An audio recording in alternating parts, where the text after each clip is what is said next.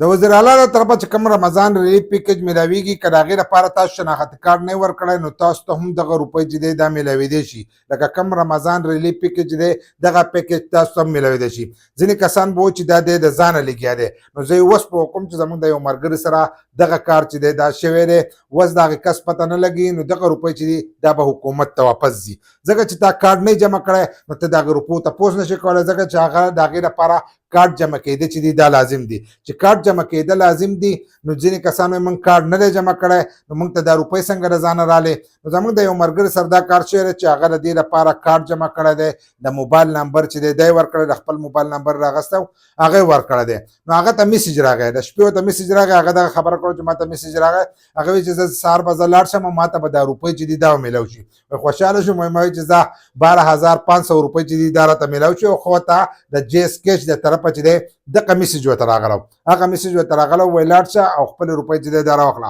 وایي کله چې ما شناختی کارډ چې دی دا شناختی کارډ ویوړه او زه لاړم کوم ځای کې چې روپۍ میلاوېدلې لکه د جیس کیش دکان ته لاړم او هلته کې ما خپل شناختی کارډ ورکړو. چې کله مې خپل شناختی کارډ ورکړو او هلته ما ګوته ولګوله،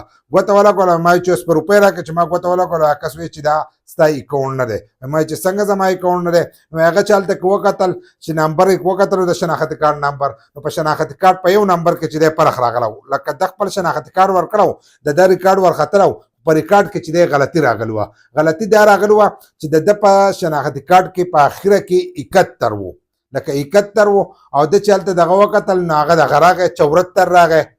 لکه 74 ته چې دی هغه دغه شو. نو چې کله 74 ته هغه ور وختلو نو د دې د وجې نه